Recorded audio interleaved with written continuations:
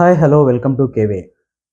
ఖమ్మం ఖమ్మాన్ని అతలాకుతలం చేసిన మున్నేరు వరదల గురించి ఈ వీడియోలో పూర్తిగా తెలుసుకుందాం. ఈ వీడియోని స్కిప్ చేయకుండా చూడండి. మున్నేరు నది ఖమ్మానికి తాగునీరు అందించే ప్రాజెక్ట్ దీనిపైన ఉంది. ఖమ్మానికి తాగునీరు అందించే ఈ మున్నేరు నది ప్రస్తుతం ఖమ్మం దుఃఖదాయినిగా మారింది. ఈ విపత్తుకి కారణం ప్రకృతి ప్రకోపమా, మానవ తప్పిదమా అనేది తెలుసుకుందాం.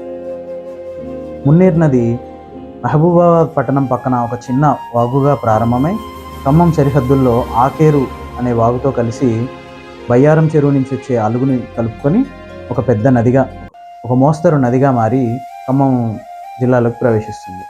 ఖమ్మం జిల్లాలోకి ప్రవేశించే దానవాయిగూడెం వద్ద ఒక చిన్న ఆనకట్టెను కట్టి ఖమ్మం ప్రజలకి ఈ నది ద్వారా తాగునీటిని సరఫరా చేస్తుంది. ఖమ్మం నగరం శివారులోని దానవాయిగూడెం వద్ద ఖమ్మం నగరంలోకి మున్నేరు వాగు ప్రవేశిస్తుంది. అక్కడి నుంచి మంచికంటి నగర్, మోతీనగర్, ప్రకాష్ నగర్, కాలువొడ్డు, దంసలాపురం మీదుగా నగరాన్ని ఈ వాగు దాటుతుంది. అయితే 20 ఏళ్ళుగా ఖమ్మం అనేది భద్రాచలం ఏజెన్సీతో పాటు కొత్తగూడెం, ఉమ్మడి పశ్చిమ గోదావరి జిల్లాలోని కొంత భాగం ప్రజలకి ఇది ఒక వ్యాపార కేంద్రం. దాంతో ఈ నగరం శరవేగంగా అభివృద్ధి చెందడం మొదలైంది.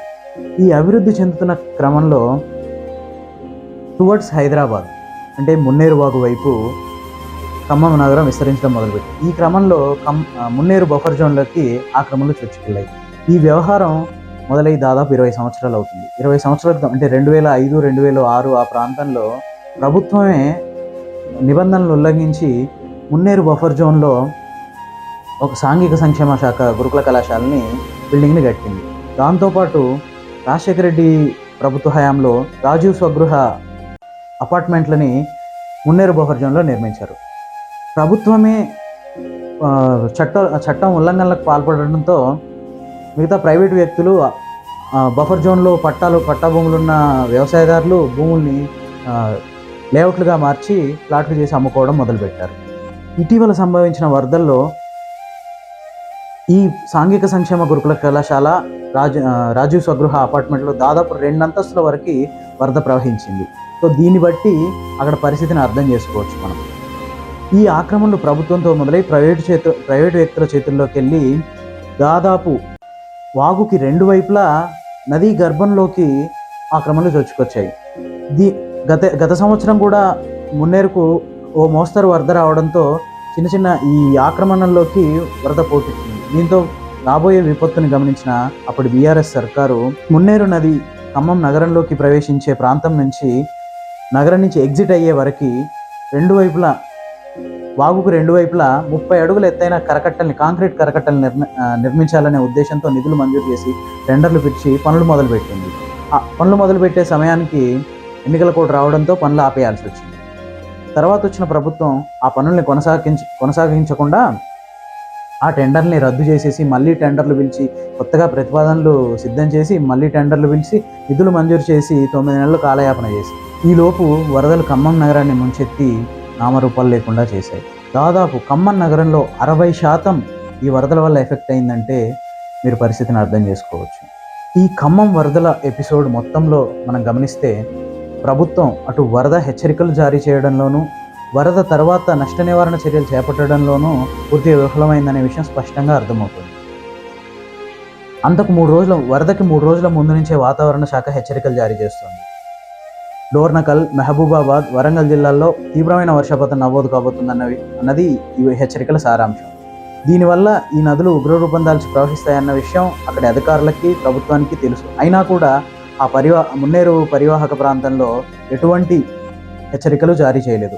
దీంతోపాటు ఆకేరు వాగు ఒడ్డున ఉన్న తండా పూర్తిగా తుడిచిపెట్టుకుపోయింది. 3 తండాలు పూర్తిగా తుడిచిపెట్టుకుపోయి కనీస హెచ్చరికలు జారీ చేయకపోవడం వల్ల ఇంతటి విపత్తు సంభవించింది అనేది, కనీసం ఆస్తులు పోయినా ప్రాణ నష్టం జరగకుండా కాపాడగలిగేది హెచ్చరికలు జారీ చేస్తే. కనీసం ఆ పని కూడా ప్రభుత్వం చేయలేకపోయింది. హెచ్చరికలు జారీ చేయలేకపోగా వరద వచ్చి వెళ్ళిపోయిన అనంతరం అక్కడ కనీస సహాయక చర్యలు లేవు. ప్రజల ఆర్తనాదాలు చేస్తున్నా పట్టించుకునే వాళ్ళు లేడు. ఒక రాత్రిలో ఖమ్మం నగరంలో అధికారిక లెక్కల ప్రకారం 18 మంది ఈ వరదల్లో చిక్కుకొని మృతి చెందారు. అనధికారిక లెక్కలు పూర్తిగా పరిశీలిస్తే తప్ప విషయం ఏంటనేది పూర్తిగా తేలదు. ఇంత విపత్తు సంభవించిన ఖమ్మం నగరంలో ఖమ్మం జిల్లాకు చెందిన 3 మంత్రులు ఉన్న అక్కడ కనీస సహాయక చర్యలు అందడం లేదని స్థానికులు వాపోతున్నారు.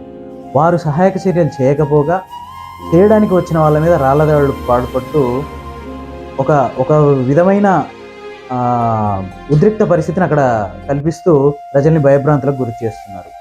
ఇప్పటికీ 3 మంత్రులు ఆ ప్రాంతంలో తూతూ మంత్రంగా పర్యటిస్తూ అధికారుల సహాయక చర్యలు ఎంతవరకు వచ్చాయి, ఏం జరుగుతుందనే విషయం బయటి ప్రపంచానికి తెలియకుండా మేనేజ్ చేస్తున్నారు.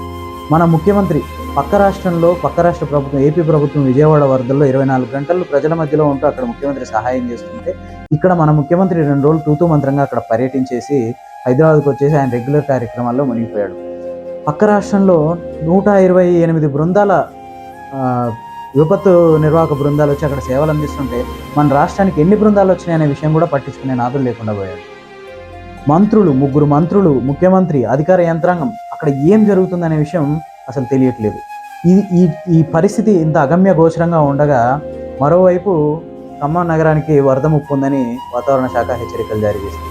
ఈ నేపథ్యంలో ఖమ్మం నగరం చిగురుటాకులా వణికిపోతుంది. ఇలాంటి పరిస్థితుల్లోనైనా కనీసం మన మంత్రులు, అధికార యంత్రాంగం సమన్వయం చేసుకుంటూ ఇప్పటికైనా అక్కడి ప్రజలకు జరిగిన నష్టాన్ని ఇప్పటంతలో మనం తీర్చేది కాదు. ఖమ్మం నగరం పూర్తిగా కోలుకోవడానికి ఎన్నేళ్ళు పడుతుందో చెప్పలేని సందర్భం ఉంది. ఒకప్పుడు మొన్నటి వరకు వరదలకు ముందు వరకు ₹1,00,000 గజం పలికిన స్థలం విలువ ఇప్పుడు కనీసం ఆ రియల్ ఎస్టేట్ అనేది ఆలోచించడానికి కూడా ఎవరు సాహసం చేయట్లేదు. దీన్ని బట్టి ఖమ్మం పరిస్థితి ఎంత దారుణంగా తయారైందో మనం అర్థం చేసుకుంటాం. ఈ పరిస్థితుల్లోనైనా అక్కడి మంత్రులు, అధికారులు సమన్వయం చేసుకొని ఖమ్మం ప్రజల కన్నీటిని తుడిచి వాళ్ళకు ఒక మానసిక ధైర్యాన్ని కల్పించాలని దేవుని ప్రార్థన.